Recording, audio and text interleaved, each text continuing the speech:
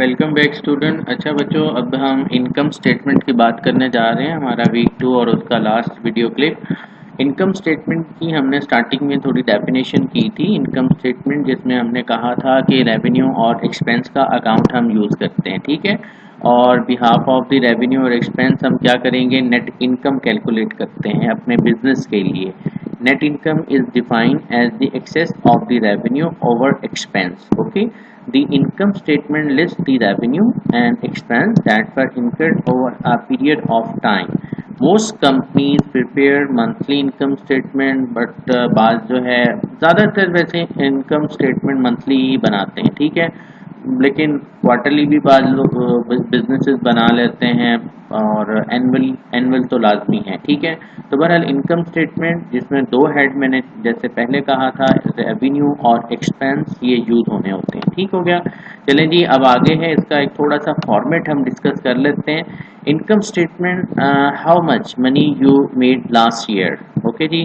Revenue, expense, profit over a year और a quarter, okay जी। All and income statement हमें करना क्या होता है, देखें यहाँ पे जो इनकम स्टेटमेंट है ये आपको जो है एक मर्चेंडाइजिंग कंपनी की दी गई है। सिंपल हमें क्या लिखना होता है, सबसे पहले सेल, ठीक है। जितनी भी कंपनी का रेवेन्यू है या सेल इकट्ठा किया है उसने वो लिखते हैं, ठीक है। आपके पास सेल हो सकता है या फिर रेवेन्यू भी यहाँ पे हम लिख सकते हैं, ठीक है।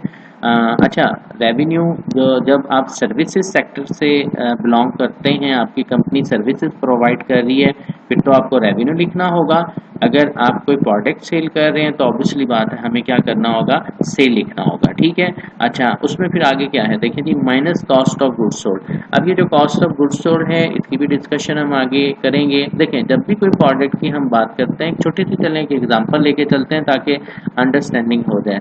यहाँ पे देखें, आप लोग मोबाइल वगैरह आपने परचेज किए हैं, लैपटॉप आप लोगों ने परचेज किए होते हैं। अब लैपटॉप, ये आपके पास जब लैपटॉप आप परचेज करने जाते हैं शॉप पे, ठीक है, तो वो ऑलरेडी उसने लैपटॉप कहीं होलसेल मार्केट से परचेज करके रखा होता है ना, ठीक है।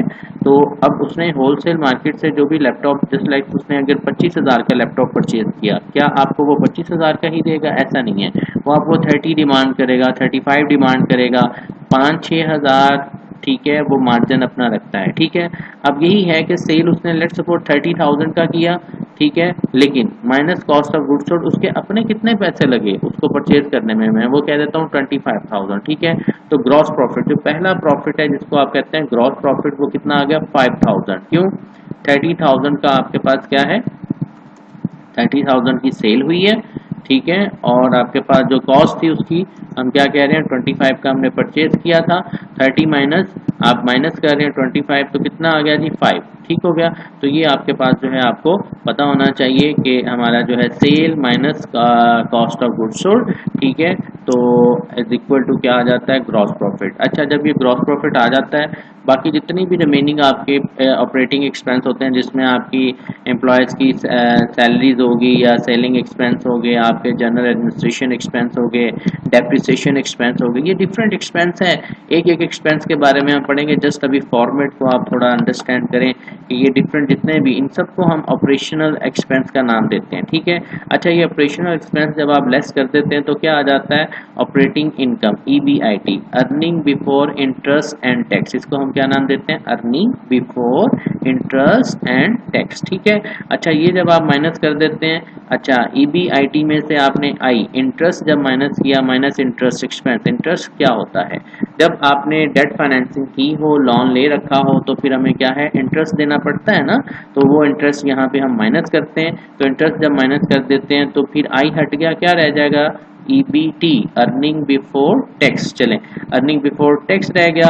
अर्निंग बिफोर टैक्स का मतलब क्या है, टैक्सेबल इनकम है, यहाँ पे टैक्स अप्लाई होगा, ठीक है। तो टैक्स जितना भी बनेगा उसको हम फिर आई मीन के कैलकुलेशन करने के बाद टैक्स हम लेस कर देते हैं। टैक्स लेस करने के बाद जो आपके पास रह जाएगा वो क्या है, नेट इनकम या अर्निंग आफ्टर टैक्स। ईट का मतलब क्या है, अर्निंग आफ्टर टैक्स या नेट इनकम। ये आपके पास एक सिंपल सा फॉर्मेट था इनकम स्टेटमेंट का, और उसकी जो सैंपल इनकम स्टेटमेंट एक कंपनी की यहाँ पे जो है दी भी गई है, इसको थोड़ा सा व्यू कर लें अपनी अंडरस्टैंडिंग अच्छी करने के लिए। ये देखें यहाँ पे सेल आपके पास 27 है, ठीक है, और कॉस्ट ऑफ गुड्स सोल्ड 2025 है। ये जो ब्रैकेट में है ना, ये शो कर रहा है कि इसको लेस करना है, माइनस करना है, ठीक है।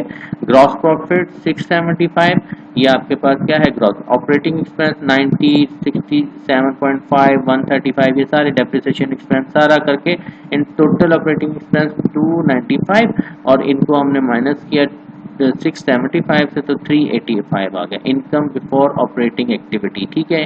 इनकम बिफोर ऑपरेटिंग एक्टिविटी से जो आ गया। फिर आगे आपने इंटरेस्ट एक्सपेंस माइनस किया, कॉस्ट ऑफ डेट फाइनेंसिंग, ये देखिए थोड़ा सा यहाँ पे मेंशन भी किया हुआ ताकि आपको पता चल जाए ये क्या चीज़ें हैं, ठीक है। और 110 जो है income cost of corporate income tax, okay जी। तो आपके पास जो नेट इनकम आई 204.75, ओके जी, ये आपके पास आ गई। एडिशनल इन्फॉर्मेशन भी अभी चले मैं बताता जाऊँ। अमूमन होता ये है कि ये तो आपका नेट प्रॉफिट आ गया, लेकिन आपको फिर क्या करना है, इसी में से क्या करना होता है, डिविडेंड देना होता है। Dividend paid to stock holder जो है, शेयर होल्डर है, ठीक है। तो उनको हमने डिविडेंड अगर देना है तो उसको किस तरह से दे रहे होते हैं, ठीक है। During 2010 number of the common share outstanding, वो कह रहा है 45 एंड 90, ठीक है। अर्निंग पर शेयर आपका क्या रहा 2.28, और डिविडेंड पर शेयर आपने 0.50। अच्छा, अब यहाँ पे dividend paid to the stock holder during 2010 45, number of common stock share holder, ठीक है, उनको जो है 90 दिया, ठीक है। अच्छा, अब इसमें आपके क्या करना है, अर्निंग पर शेयर कैसे निकालते हैं, नेट प्रॉफिट डिवाइडेड बाय आपके शेयर होल्डर, ठीक है। ये और डिविडेंड पर शेयर जो है 50, ये अब कैसे कैलकुलेट होती हैं ये हम इंशाल्लाह सीखेंगे आगे फर्दर। फिलहाल इन वैल्यूज़ को सिर्फ देखें कि एक जो फॉर्मेट है उस फॉर्मेट के अकॉर्डिंगली ये कैसे कैसे चीज़ों को आपने लिखना है, ठीक है। बाकी जब आप कैलकुलेशन की तरफ आएंगे ये सारा कुछ हमने बनाना, खुद से बनाना सीखना है, ठीक है। तो बहरहाल ये इनकम स्टेटमेंट थी, और इनकम स्टेटमेंट में जो भी आपके पास पर्टिकुलर अकाउंट्स थे, रेवेन्यू, एक्सपेंस, और उनकी जो लिखने का तरीका, ये सारा हम यहाँ पे डिस्कस कर रहे थे जी। फर्दर आगे हम स्टेटमेंट ऑफ कैश फ्लो की तरफ आते हैं जल्दी से। स्टेटमेंट ऑफ कैश फ्लो जैसे हमने कहा था कि ये क्या करती है, ये हमें इनफ्लो और आउटफ्लो के बारे में बताती है कि हमारा जो कितना कैश इनफ्लो हुआ है इस साल में, इस अकाउंटिंग पीरियड में, और कितना आउटफ्लो हुआ, ठीक है। तो 3 मेजर एक्टिविटीज़ होती हैं, जैसे मैंने बताया था, ऑपरेटिंग एक्टिविटी होती है, इन्वेस्टमेंट एक्टिविटी होती है, और फाइनेंसिंग एक्टिविटी होती है, ठीक है। तो कैश फ्लो जो है, how did the cash come and go, simple cash, how did the cash come and go. The cash flow statement में अब आपके पास क्या है, सबसे पहले हमने जो बात करनी होती है कैश फ्लो स्टेटमेंट में, firm explain changes in their cash balances over a period of time by identifying the source and use of the cash. Sources उसके क्या हैं और उसका यूजेस क्या है। Source of the cash is an activity that bring cash into the firm, for example sale of equipment, या फिर आपका रेवेन्यू हो गया, ठीक है। कोई भी सोर्स हो सकता है जिससे आपकी फर्म में पैसा आ रहा है, ठीक है। आपको यह एसेट, सेल ऑफ इक्विपमेंट भी हो सकती है, ठीक है। Use of the cash is any activity that cause cash to leave the firm, for example payment of tax, okay ji. हमारी कोई भी ऐसी रीज़न जिसकी वजह से कैश जो है हमारी कंपनी को जो है छोड़ दे, कंपनी से चला जाए, आउटफ्लो हो जाए, तो उसको हम क्या कह रहे होते हैं, हमारा वो यूज हो गया। यूज एंड सोर्स, इसके बिहाफ पे हमने ये स्टेटमेंट बनानी है, ठीक है। चलें जी, ये जो स्टेटमेंट है देखें, चेंजिंग इन कैश, नॉर्मली इसको फिर हम क्या करते हैं, changing in cash of the balance for 2010, क्या मतलब, ending cash of the balance 2010 minus ending cash balance for the 2009, जो भी 10 की एंडिंग है वो और जो भी 2009 की एंडिंग हुई है उन दोनों का डिफरेंस लेंगे तो चेंज इन कैश आपको पता चल जाएगा, ओके जी। बहरहाल इसकी जो एक्टिविटीज़ हैं उनकी तरफ मैं चलता हूँ ताकि आपको अंडरस्टैंडिंग में आसानी आए।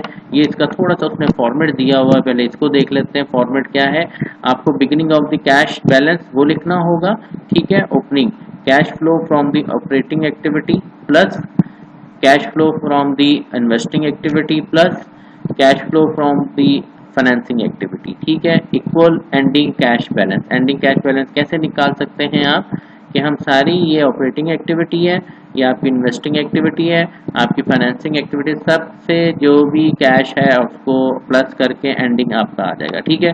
चलिए जी, इसको जो है थोड़ा सा इसको व्यू कर लेते हैं हम, ठीक है। अब यहाँ पे देखें, थोड़ा आपको एक स्टेटमेंट ऑफ कैश फ्लो अगर नज़र आ रही हो, ये देखें जो मैं बात कर रहा था, एंडिंग कैश बैलेंस फॉर 2009 जो कि बिगिनिंग बैलेंस होगा फॉर 2010, ठीक है। 94, जो कि हमने ये समझ लो कि एंडिंग बैलेंस हुआ 2009 की जब हमने एंडिंग की तो उस वक्त हमारे पास कैश कितना पड़ा हुआ था। ठीक है, तो ये अगले साल 2010 का बिगनिंग ही हो जाएगा ना। ठीक है, इसको आप 94 लिख देंगे। ऑपरेटिंग एक्टिविटी मीन टू से 2010 में आपने अब कितना कमाया, नेट इनकम कितनी रही 204 आई है ना, अभी 204 हमने देखा था ना। अच्छा, इंक्रीज इन अकाउंट रिसीवेबल 28। अच्छा, अब ये आपके पास कुछ ऐसे अकाउंट्स हैं ऑपरेटिंग एक्टिविटी जिसमें जो है अकाउंट रिसीवेबल हो सकते हैं, इन्वेंट्री हो सकती हैं, आपके जो है करंट एसेट में जो चेंज आया है वो आपके डेप्रिसिएशन एक्सपेंस हो सकते हैं, account payable I mean current asset और करंट लायबिलिटी। ठीक है, उसमें आपने रहना है, उसमें रहते हुए आपने देखना है कि क्या क्या चेंजिंग आ रही हैं। ठीक है, इंक्रीज इन अकाउंट रिसीवेबल इतना आ गया। ठीक है, ओवरऑल जितना भी इंक्रीज आया सम कर लिया हमने, प्लस माइनस करके देख लिया 173। Cash flow from the operating activity 173 रहा।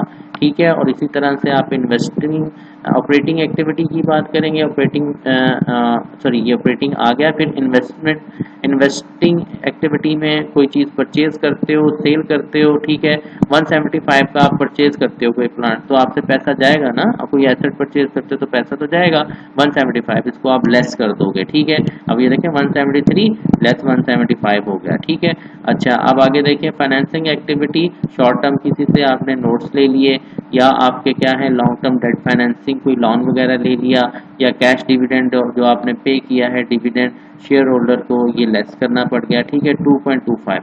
तो फाइनली आपके पास जो बैलेंस आता है उसको हमने देखना है, वो क्या है -4.50। Increase decrease in a cash during the year, हमारा समझ लें कि इनफ्लो कम हुआ है, आउटफ्लो ज़्यादा हुआ है, जिसकी वजह से $4.5 जो है हमारा माइनस में चला गया। ठीक है, तो it is a cash flow. Ending cash balance जो है हमारा 90.90 आ गया। आई मीन के पहले देखिए ना ओपनिंग बैलेंस क्या था आपका 94 था।